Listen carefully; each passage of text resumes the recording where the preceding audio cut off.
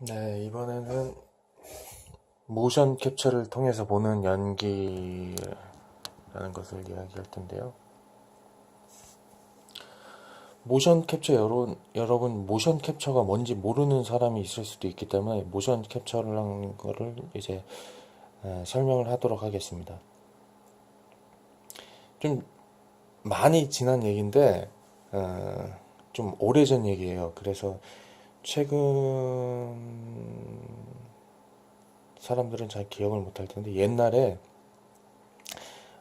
호랑이 담배 피던 시절까지는 아니고 옛날에 뭐 사이버 가수 아담 뭐 이런 사람이 있었습니다. 사이버 가수 아담. 한참 막 세기말적으로 이제 컴퓨터가 등장하고 컴퓨터 그래픽이 등장하고 컴퓨터 그래픽이 등장하는 시점에 어떤 것이 이제 화두였냐면 이제 배우라는 직업, 연기라는 직업도 배우, 연기라는 이 직업도 이 그래픽 아주 첨단화된 컴퓨터 그래픽이나 이런 것을 통해서 대체될 수 있다. 이 기술이 인간의 연기를 대체할 수 있다. 그런 미래가 오고 있다. 이런 주장을 하는 그런 90년대 말쯤 2000년대인가 아무튼 그런 시절이 있었습니다. 그런데 딱 보면 어떻게 해요? 보면은 어색해. 뭔가 어색합니다. 진짜 같지는 않아. 뭔가 어색해. 최근 들어서는 정말 그래픽이 어마무시해졌습니다. 어마무시해진 디테일, 피부 톤이라든지 머리카락이라든지 그 정밀도나 세밀도가 엄청나게 발전을 했습니다만, 그래서 굉장히 자연스러워졌지만 여기에 숨은 비밀이 하나 있습니다. 바로 표정을 짓는다든지 행동을 하는 이 움직임은 이 컴퓨터 그래픽 하는 분들이 100% 만들어내는 것이 아니고 모션 캡처를 해야 된다라는 것이 이제 정설이 돼버렸어요. 정설.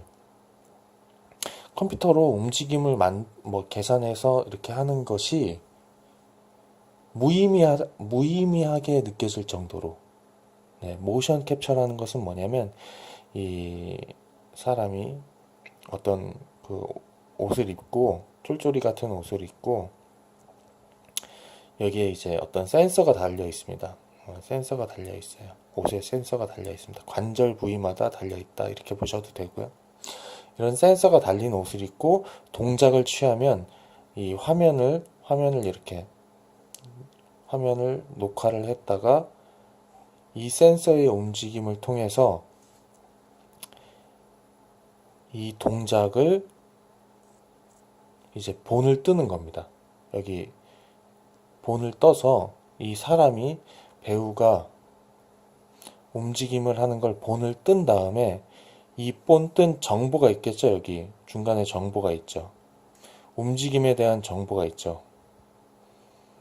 움직임에 대한 정보를 다른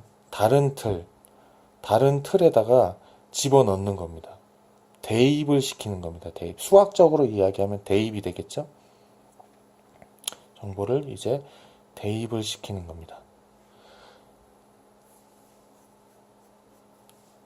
그렇게 해야만 자연스러운 움직임의 결과를 얻을 수 있다는 거예요. 여러분 뭐 흔히 초창기 모션 캡처는 뭐 대전 격투 게임, 뭐 철권이라든지 이런 것에서부터 시작을 해서 요즘 대다수 인물이 등장하는 대부분의 게임은 전부 다 모션 캡처를 합니다. 그렇게 하지 않고는 자연스러운 결과를 절대 얻어낼 수도 없고 가장 경제적인 방법이라는 거예요. 쉽고 간단하게 가장 저비용으로 고효율을 낼 수 있는 방법이 100% 창조할 필요가 없다는 거죠. 바로 실제 배우가 연기하는 것을 본 따서 그것을 대입시키는 것이 그 정보를 출연해서 대입시키는 것이 가장 베스트다, 최고다. 그래서 모션 캡처를 하는 겁니다. 즉 말하자면 창조의 부분이라기보다는 이것이 창조라기보다는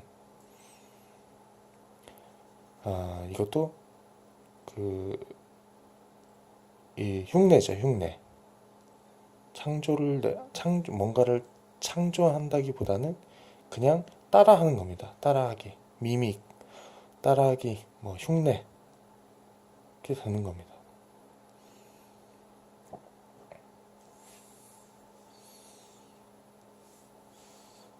자, 이 세 가지 개념을 이해하셔야 됩니다.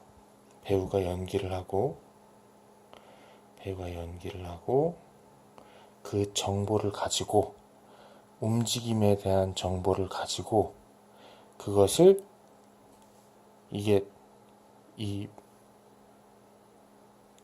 얻게 된 정보죠. 정보를 가지고 대입시킨다. 이 과정을 다르게 한번 해보는 거죠. 다르게 어떻게 하느냐? 나의 과거의 경험이 있을 수가 있죠. 나의 과거의 경험.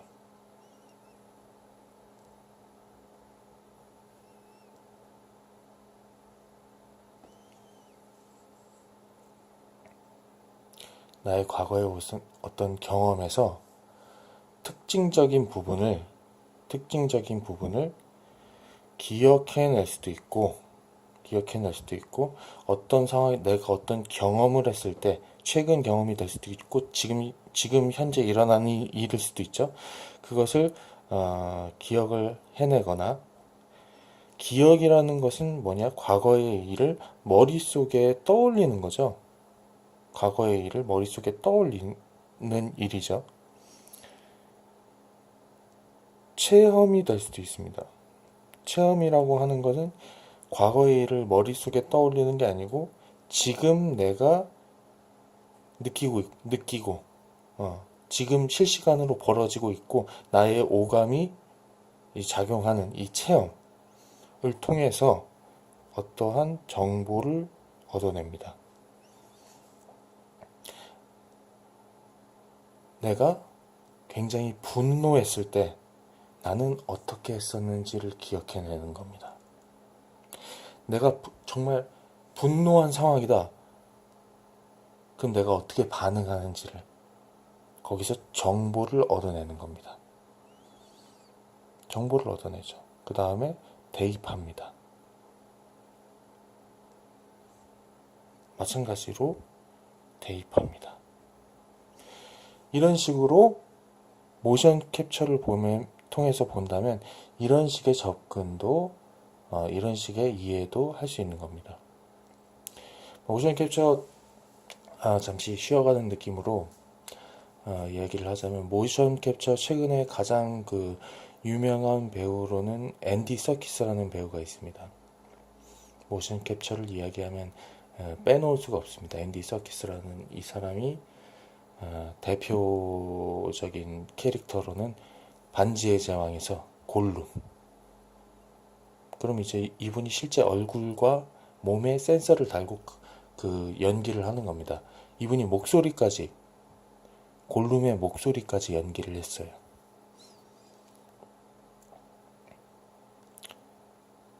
그리고 이분이 이제 더 최근에 들어서는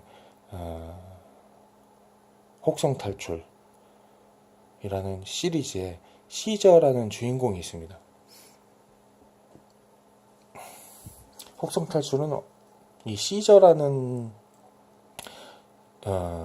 이 원숭이라고 부르기도 참 애매한 아무튼 그런 유인원을 통해서 이야기가 전개되기 때문에 시저가 그냥 주연입니다. 단독 주연인데 영화를 보면서 이런 생각까지 들게 하더라고요. 연기가 참 훌륭했습니다. 네, 연기가 참 훌륭해서 야, 이렇게 되면은 이렇게 되면은 혹시 아카데미 시상식에서 최초로 뭐 연기 부분에 시상을 하는 거 아닌가? 실제 배우가 나와서 연기하는 건 아니고 이 컴퓨터 그래픽이 더 씌워진 그런 캐릭터를 했음에도 불구하고 연기상을 받을 수 있는 건 아닌가? 왜냐? 이 연기라고 하는 것은 이 배우가 다 한 거예요. 배우가 목소리도 했죠, 형태도 했죠, 연기도 다 했죠. 나중에 이 정보를 가지고 이 컴퓨터 그래픽에 대입을 했을 뿐이지 그 형상이 조금 달라졌다고 하더라도 이 실제 한 거는 배우가 전부 다 하는 겁니다. 그래서 이 사람이 수상까지도 할 수 있겠다, 이런 생각이 들었습니다. 유인원은 인간과 유사성이 많고 형태도 비슷하기 때문에 그럴 수 있다고 치고 넘어갈 수도 있는데요. 또 이런 경우도 있습니다. 베네딕트 컴버배치라고 이제 영국인가요? 아무튼 유명한 배우가 있습니다. 이분이 호빗이라는 영화에서 이 호빗이라는 영화, 이 판타지 영화에서 용이 등장을 하는데 이 용 연기를 했어요. 용 연기를 마찬가지로 모션 캡처를 통해서 용 연기를 했습니다. 움직임과 목소리와 이런 것들을 같이 했어요.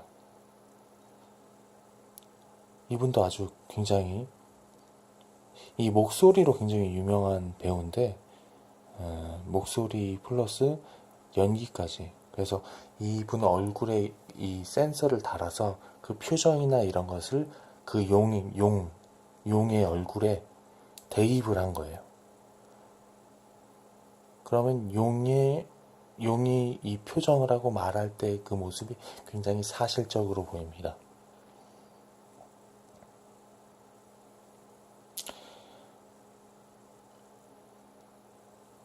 결국은 앞으로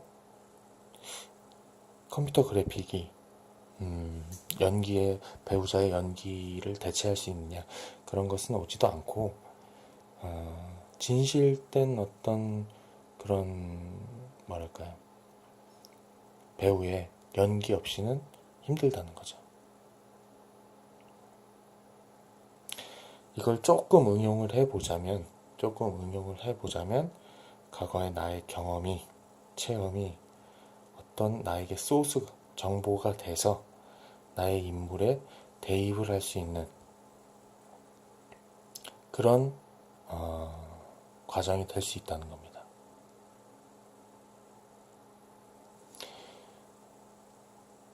이건 이제 다음 주제로 넘어가서 계속 다루도록 하죠.